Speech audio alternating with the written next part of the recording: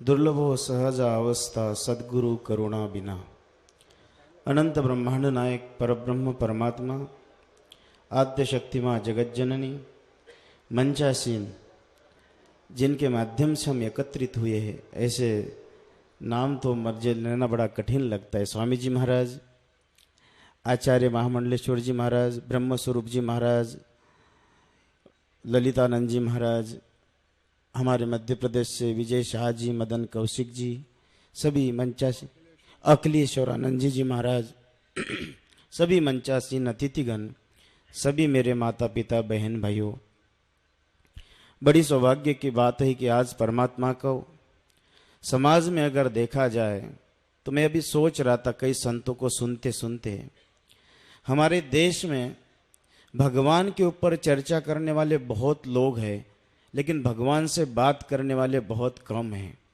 लेकिन हम वर्तमान में साक्षी है, भगवान के चर्चा करने वाले दुनिया में जगह जगह के घूम रहे हैं, लेकिन हम इस जगह पे जो बैठे हैं, जिनका जन्मदिन मना रहे हैं, ये भगवान के साथ साक्षात चर्चा करने वाले व्यक्ति है। हमने भगवान राम को देखा नहीं है, हम कृष्ण को देख नहीं सकते हैं। वो दृष्टि नहीं, वो भाव नहीं, वो श्रद्धा नहीं, आस्था नहीं, प्रेम नहीं, समर्पण नहीं है। भगवान ने जिस तरह से लक्षण बताए हैं, निर्मल जनमन स्वयं पावा, वो परमात्मा अगर देखे तो मैं महाराज जी से जब भी मिलता हूं, जब भी महाराज जी के सानिध्य प्राप्त होता है, तो लगता है कि कहीं ना कहीं उस परमात्मा के यो मद भक्त समय प्रिया, जिस परमात्मा हम लोग देखा जाए कि जो परमात्मा के परम प्रिय व्यक्ति में से है, वो महाराज जी का स्थान मुझे दिखता है। एक दृष्टांत याद आया। नारद जी महाराज जब भगवान विष्णु के पास गए तो उनको पूछा कि आपके वीआईपी भक्त कौन है। तो एल्बम दिखाया, सारे भक्त का एल्बम देखा, सारे नाम दिखे, फोटो दिखे, लेकिन उनको हनुमान जी महाराज का नाम नहीं था। नारद जी को लगा कि इतने अनन्य हनुमान जी होने के बाद भी उनका फोटो नहीं है। तो महाराज वापिस हनुमान जी को आकर पूछा कि आपका फोटो नहीं वीआईपी भक्तों में। हनुमान जी ने कहा कि महाराज जहां वो कहे, भगवान को जहां रखना है वहां मुझे रखे, मुझे कोई पता नहीं है। वापिस भगवान के पास गए और भगवान के पास जाने के बाद भगवान को कहा कि महाराज सारे वीआईपी भक्तों का नाम फोटो आपने दिखाया, लेकिन हनुमान जी का नहीं दिखा। तो महाराज भगवान विष्णु ने अपने हृदय के पास पे हनुमान जी का रखा हुआ फोटो दिखाया, ये वेरी वेरी वीआईपी, हमारे महाराज जी उसमें से है। उन सभी चीजों में अगर देखे तो चार चीजें मुझे हमेशा याद रखता है और बड़ा अच्छा लगता है। जीवन में चार चीजें हो, संत, पंथ, मंत्र और ग्रंथ, ये चार चीजें अगर मनुष्य के जीवन में कहीं है तो पुण्य पुण्य पुंज मिले नहीं संता। महाराष्ट्र में संत तुकाराम में महाराज कहते कि काय सांगू मी आता संतांचे उपकार मुझ निरंतर जागविती। संत ज्ञानेश्वर कहते हैं संत चरण रज लागता सहज वासनेचे बीज जळूनी जाए मग राम नामी उपजे आवडी प्रीत घड़ो घड़ी वाढ़ो लागे।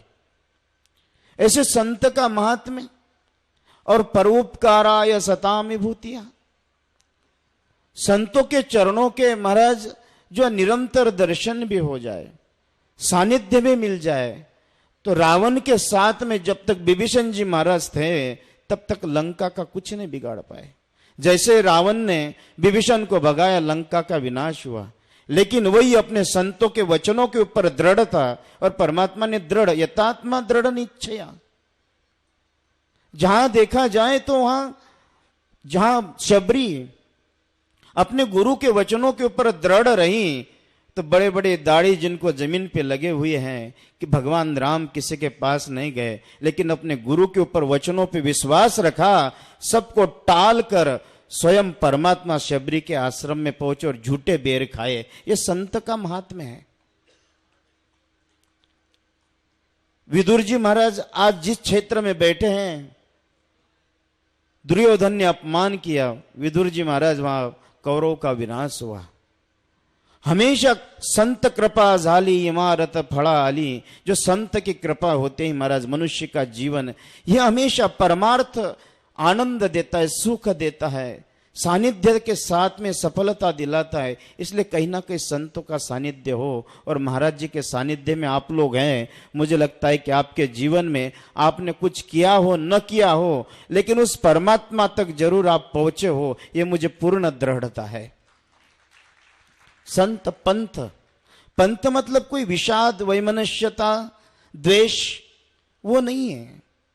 पंथ का मतलब जो सत मार्ग हो, सत्संग हो, भजन हो, कीर्तन हो, संस्कार हो, समर्पण हो, ये जो पथ सिखा दे, ऐसा कोई एकाध पथ महाराज जी के पथ के ऊपर आप चल रहे हो, ऐसा पथ मंत्र मन त्राही माम इति मंत्र, जो मनुष्य के जीवन में मन के कई प्रकार बताए हैं। मैं एक बार उसके बारे में कह चुका हूं।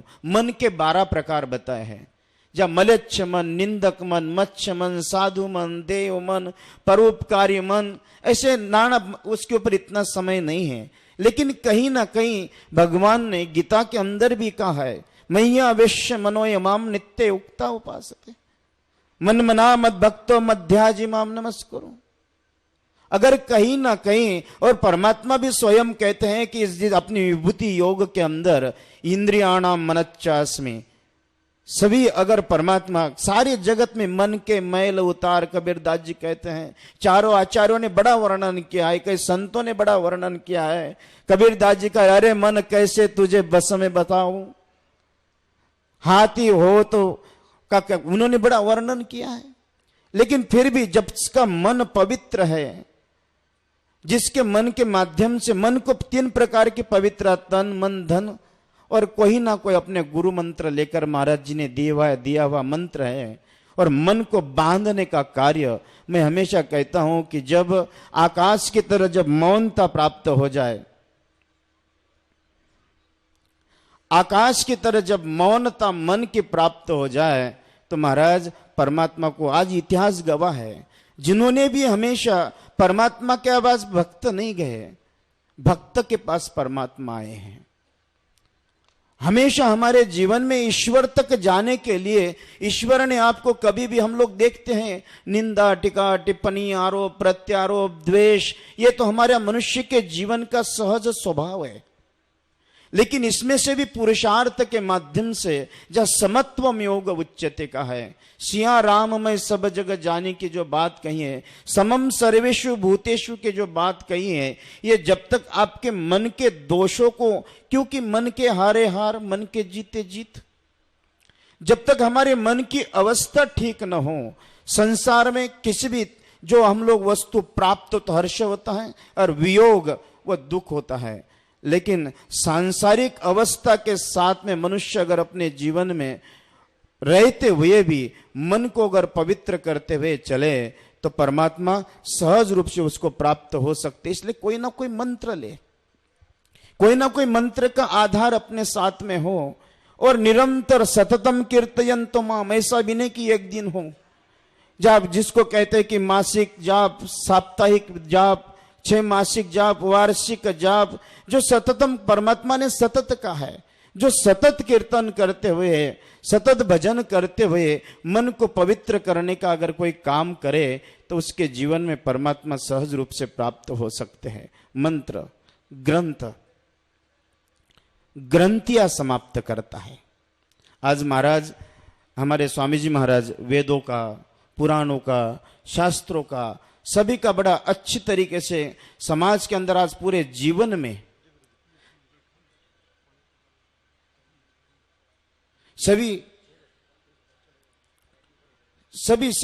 जीवनों में अगर देखे तो ग्रंथियों को समाप्त करने का कार्य करता है।